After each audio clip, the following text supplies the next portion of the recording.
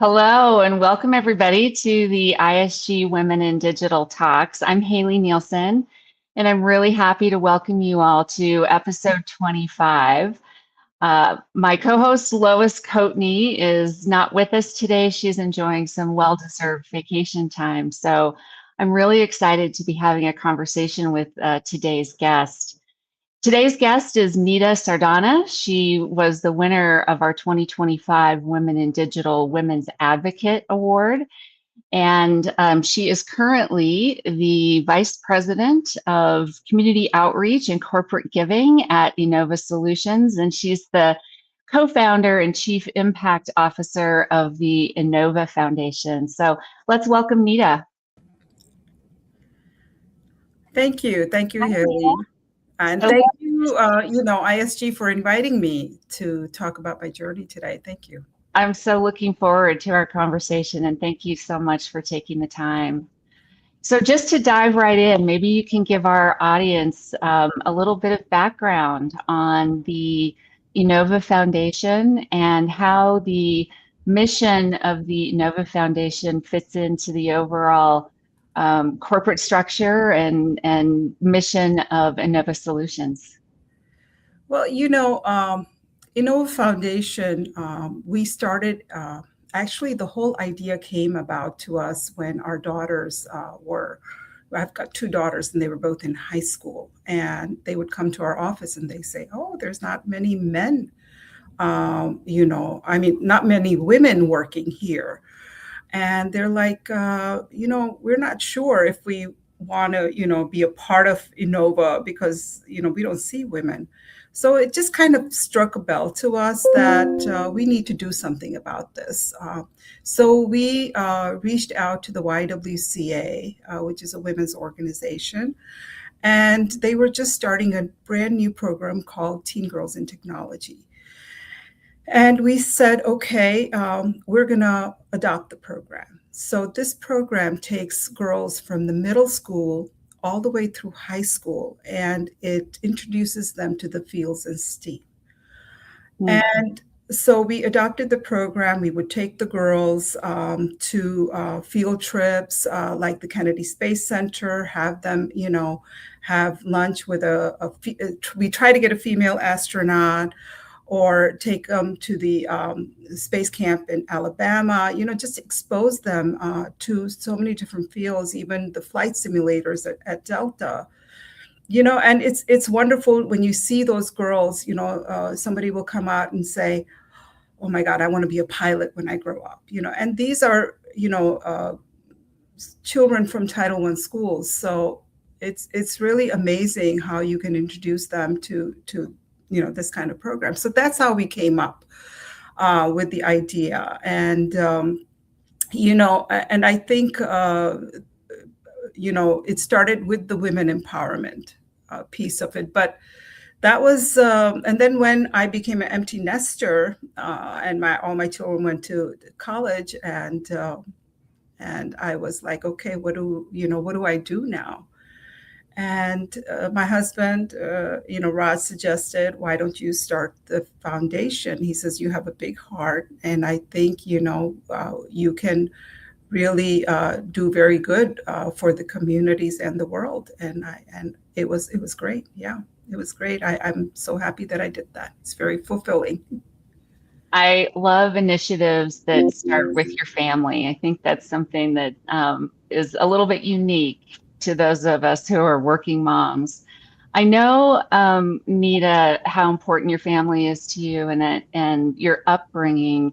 And I know how influential your parents were for you as role models. So can you share that story of your upbringing a little bit and what inspired you from your parents' journey? Well, my mom, she is 95 right now, and Wow. she, when she was young, she had finished 10th grade. Her father was the principal of the school. She has three, four brothers and a sister, and when she finished 10th grade, her father said, okay, we need to get you married. And she was watching her brothers go to college. And she's like, no. I'm not going to get married. I want to study. I want to go to college.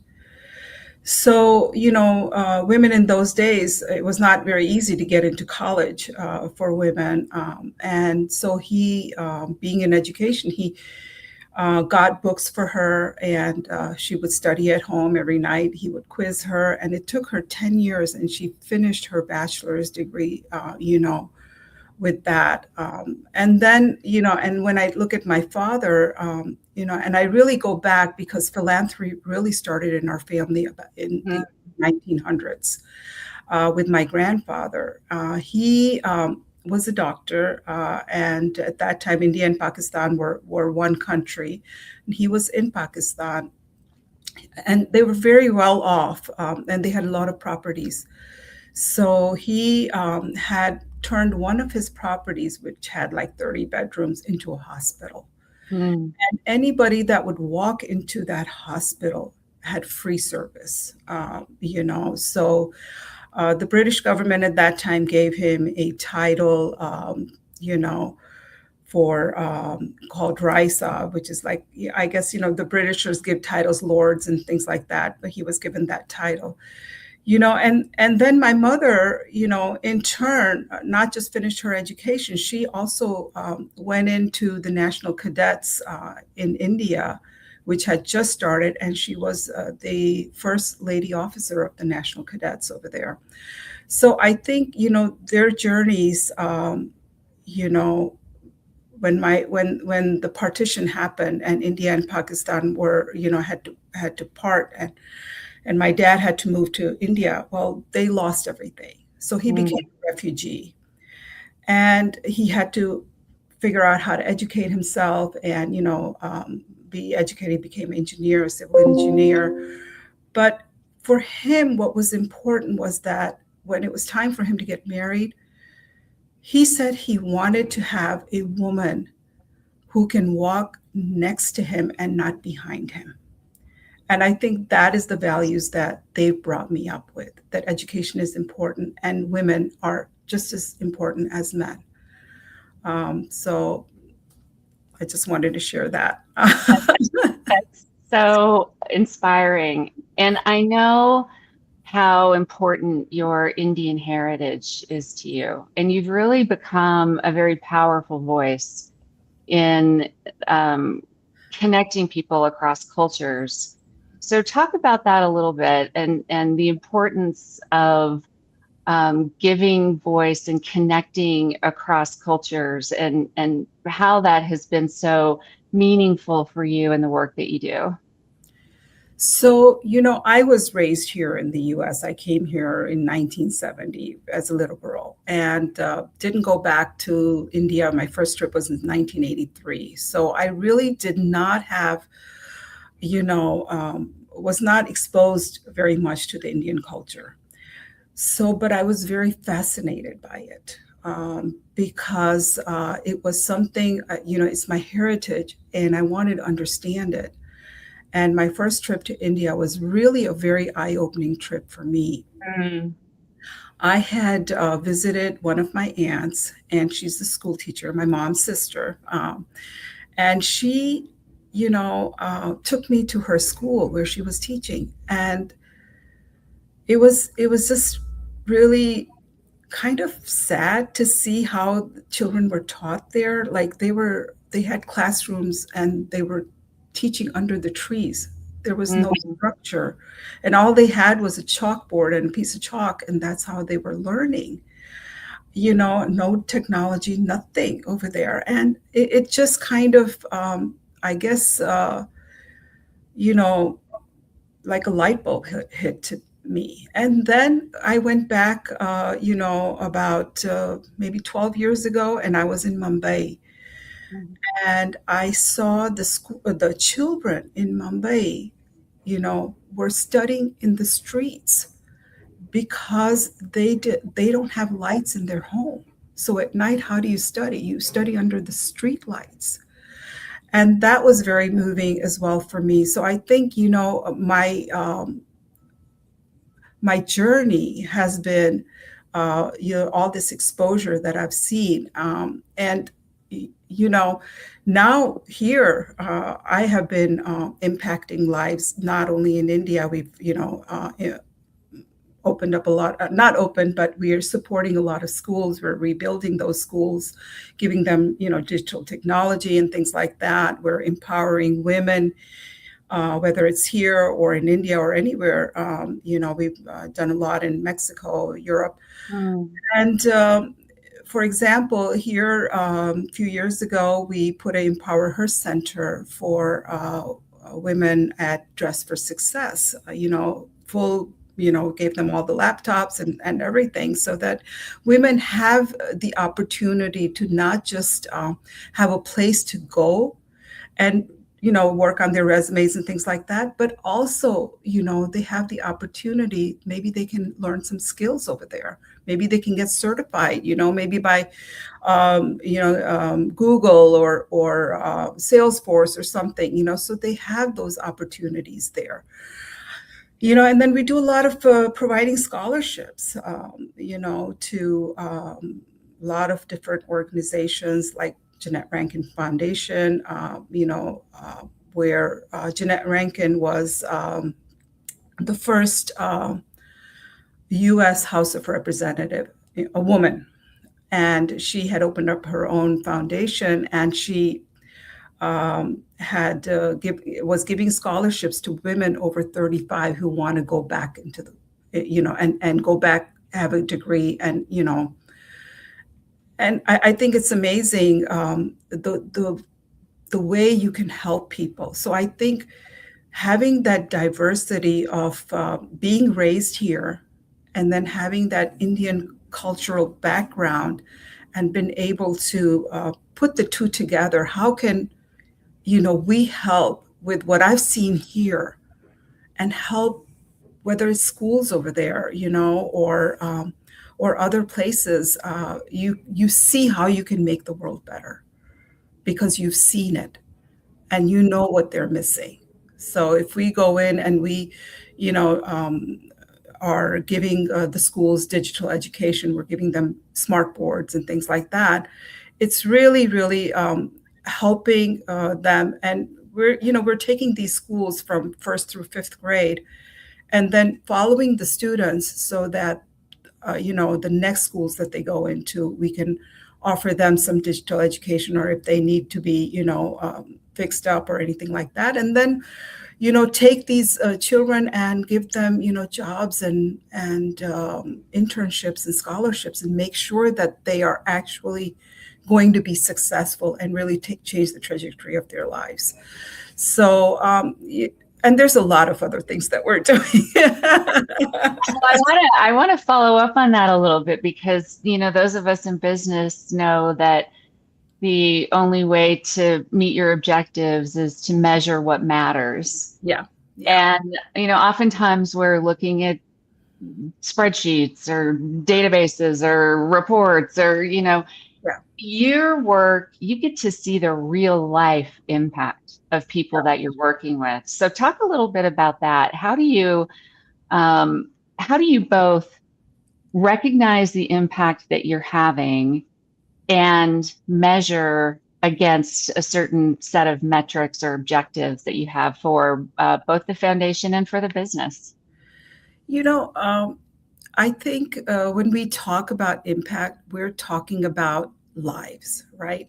You're talking about each individual heartbeat. And that's how you really have to measure how many lives have you impacted. It's not just a data number, it's lives. When I think every day that, we work with the Earth Saviors Foundation, which was one of our first organizations we worked with. And they actually have a shelter for elderly people. And in India, there's a very big problem with, the elderly are just left out in their on the streets because the children either cannot afford to take care of them or don't want to. And, the organization started with about 30, 40 people, and now they have over 1,400 people. And we were with them, when they were in their early stages, and we've been providing food for them every day. and we've helped them build a hospital in their facility. They have two facilities right now. One shelter is for about 500 people. The other one is they're making it for about 4,000 people. It's going to be one of the world's largest shelters. So we've been helping them, build the shelters, build the hospitals there, provide food for them. And recently we put solar panels in, to help with the shelters. So, how do you measure impact, right? It's very difficult to measure that kind of impact. But then there's, we work with a lot of different organizations. Uh, we work with an organization called Akshay Patra, which serves meals in India to children, school children. So they have meals that they serve. They've served over 5 billion meals. And they were also recognized by the UN a couple of years ago. So, we've partnered with them. We're putting green kitchens in for them. So how do you really, measure impact in that kind of a Yeah. situation? We also have, vaccinated over 3,000 girls for cervical cancer. We've done so much laptop donations. Mhm. Last year we had the floods in Texas, and we had gotten a call from one of our employees that they had some friends over there, friends of theirs, and they were affected by it. And we had one of our organizations, Save by International, go out there and help them. And they were there within a couple of days, helping clean up and, providing water, food, and whatever else they needed there. So, it's just, how do you measure that kind of impact? I, I Yeah. think I think you just have to, there really is no way to measure that kind of impact. Yeah. How many people Well, you've impacted. and listening to you talk, I can tell that you're very, very connected to all of these programs that you support. So that's wonderful. You mentioned earlier that you started the foundation when you were an empty nester. So Yeah. your mom, you took some time off to raise a family. Talk a little bit about that experience and what advice would you have for women who are in that stage of their career and their lives about taking some time to um, raise a family or be a caregiver or some of the other family related demands that women often have on their shoulders and then coming back to work. What advice can you give our listeners about that transition? Well, of course, I was a mom at home. I had my in-laws also with me, three kids, and my father-in-law was very ill. So, he had a brain tumor, and so I was not able to have a career because, he demanded a lot of care. And you just can't do that if you're taking, an elderly person to the doctor every few days, And so I was not able to have a career. But, once, he also passed away, and I became an empty nester. I was like, okay, what do I do, right? And that's when my husband suggested I do this. So I started a foundation, but I had no idea what to do. What are the different types of foundations? And I had to do a lot of research. And how do I build a network? How do I write an email? Like, I had not written anything in years. How do I write an email? I remember I would, look at my emails and maybe read them 10 times and keep fixing it before I actually hit the send button. I mean, it's just little things like that. It is very tough. But then I think along the way, and I want to get also into the lessons, because I think these are the lessons that I have learned. You know, I had a friend of mine who introduced me to somebody, and they knew this person. His name is Randy Redner. He used to be the president and CEO of the Community Foundation of Northeast Georgia. And I told him, I said, I don't know anything about foundations. And he was kind enough to introduce me to two women who run the foundation at Prime America. And this was, yeah, 2013, probably 14, something like that. And and these women really opened my eyes on what I need to look for, how do I need to start it, what do I need to do, and that was really, the way that I started. And that's the first thing I want to say. Don't be afraid to ask for help, because I think, you know, if you ask for help, they're going to open up doors for you that you don't really, you can't even imagine. And that's how you start brainstorming, right? How are you going to do this? And then the second lesson I want to talk about is uh, she was a wonderful woman. She's retired already, but she was the CEO of the YWCA, Charmin Goins. She had a big impact on me. She, um, she, I think this was in 2014, she nominated me for the Women of Impact Awards that the YWCA awards every year. And there are so many prestigious women on this academy. And I was, you know, I mean, I was like, okay, like Rosalind Carter is in this academy, you know? And when you're standing up and you're being recognized, and you really haven't done anything yet, right? This is just beginning of my career, and you're recognized for impact that you feel you really haven't done much. So this is like something that I said, okay, if I'm going to accept this award, I have to make sure that I am, in my own eyes, I've done something that to deserve this, right? And I think that was one of the biggest things that have helped me. And I think from that I learned that don't be afraid to lift other women up, because I think that's very powerful.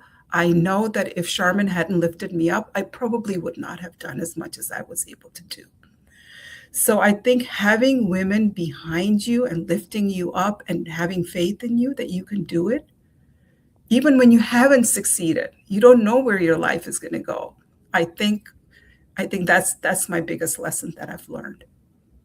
Well, we're so happy that you're part of the ISG Women in Digital program, because that's exactly what we try to do here is support other women, lift other women up, and expose our audience to inspiring women like you who have been on this journey, who've experienced some of these things that people are going through. So thank you for sharing that. Um, I want to talk a little bit about technology. It wouldn't be Women in Digital without talking a little bit about technology. And certainly Innova Solutions is a leading technology company. So I'm really curious about how technology has impacted the world of community outreach and corporate giving. And what do you see on the horizon in that respect? And how can women in in our community focus some of their efforts on philanthropic giving or community advocacy? Well, now that AI is everywhere, right? And it's really, AI is going to help a lot of foundations. It's going to help, really, we're going to be able to make smarter giving decisions. You know, like because of AI, we're going to be able to look at data and say, okay, which programs work best? Where does our money have the highest impact? Which communities need help the most urgently? Those are all the kind of things that we're going to be able to do. And, it's, of course, it's going to make AI is going to make philanthropy much more data driven. It's going to be faster, more measurable. So if we think about disaster relief, right? Mm. AI is going to be able to pinpoint areas like which are affected by the disaster. And the data will come so instantly that, how many people are being affected? What are the needs that are required to serve this area, and so on, right? So I think that's going to be like, a big thing. The other thing is going to be you're going to be able to personalize your donor engagement, right? You can get so much, you can customize your donation appeals. You can have personalized newsletters. You can predict the donor's interest, and you can also identify the likely major donors. So I think it's going to make a big impact on who's your target audience that would want to donate to your organization. Plus, I think healthcare. Healthcare is going to be really impacted by AI. You know, and I think this is going to have the biggest impact in philanthropy, because it's already helping drug discoveries, Mm. disease diagnosis, clinical trial matching. There's so many other things that are being researched. And I know for sure, I'm on the Emory's Global Diabetes Research Board, their advisory board, and I know that what AI, how it's impacting. They do a lot of research in India, and it's so easy now that they can reach out to the masses in the villages because everyone has an iPhone. And, they can put their data in that iPhone and they have the data instantly. And, I think I think it's going to make we're going to see massive breakthroughs happen because how AI can analyze this amount of medical data. And I think women, this is the time for women to really come out and show that they can do something great. This is something new, and this is their opportunity to take it big and take it where they're not behind, right? This is something they can step up to equally and even better, Yeah. you know. Well, that's a great segue. You have a question from our previous guest, who was Kim Hanchett. She is leading people technology at Foundever. Here's her question for you, Nita. She says, the breadth of what you support from elderly communities, women's empowerment across cultures and continents is awesome. And there's an exclamation point at the end of that sentence. When you're deciding where to direct your energy and your foundation's resources, how do you make those choices? And I'm curious to know whether being a woman helps you to choose and shape your champions and how you show up when you get there. Okay. Well, Innova Foundation supports the communities where our employees live and work. And so it's our Innova family that brings the causes that are affecting their communities. And, and the foundation tries to see how we can make a difference. So I have to say it's very easy for any organization just to write a check. Um, and but for me, it's important to know how can we make a difference in the work that this nonprofit organization is doing. So I like to think out of the box and see what their needs are. So with every, we work with over 175 organizations around the world. So with every organization, I make sure that I contact them personally and talk to them personally and see what are their needs. Sometimes it's just very something, that they don't even think about. They don't have technology in their offices, or even in their I think Trinity House is one organization that we recently donated laptops to, and that is where they are serving incarcerated men. And so the men can go out and look for jobs and things like that. So just providing them this technology changes their lives, right? So I think it's important to look at what are other needs, and I think it's important for women to lift other women up. Like they say, empowered women can empower other women. But at the same time, I think it's always nice to have men as the cheerleaders and in your corner, you know, because if you have their support at the same time, women can do incredible things that even the world still has not seen. Yeah. Well, I hope Kim's listening. That's a great answer. So our next guest is Antra Malhotra, who is the Associate Director of Software Development at Verizon. Lois is going to be having a conversation with her in a couple weeks. So do you have a question for Antra? Sure, absolutely. Antra, in addition to your work in software development at Verizon, you've made time to mentor and teach through Built by Girls. As both a mentor and professor, what are the most important lessons you try to share with students who are interested in pursuing careers in tech, especially as new technologies like agentic AI are changing what that path looks like? Thank you. Awesome. Well, we'll make sure that Antra gets that question if she's not listening live. And thank you so much for your time. It's just been fascinating to hear about your journey.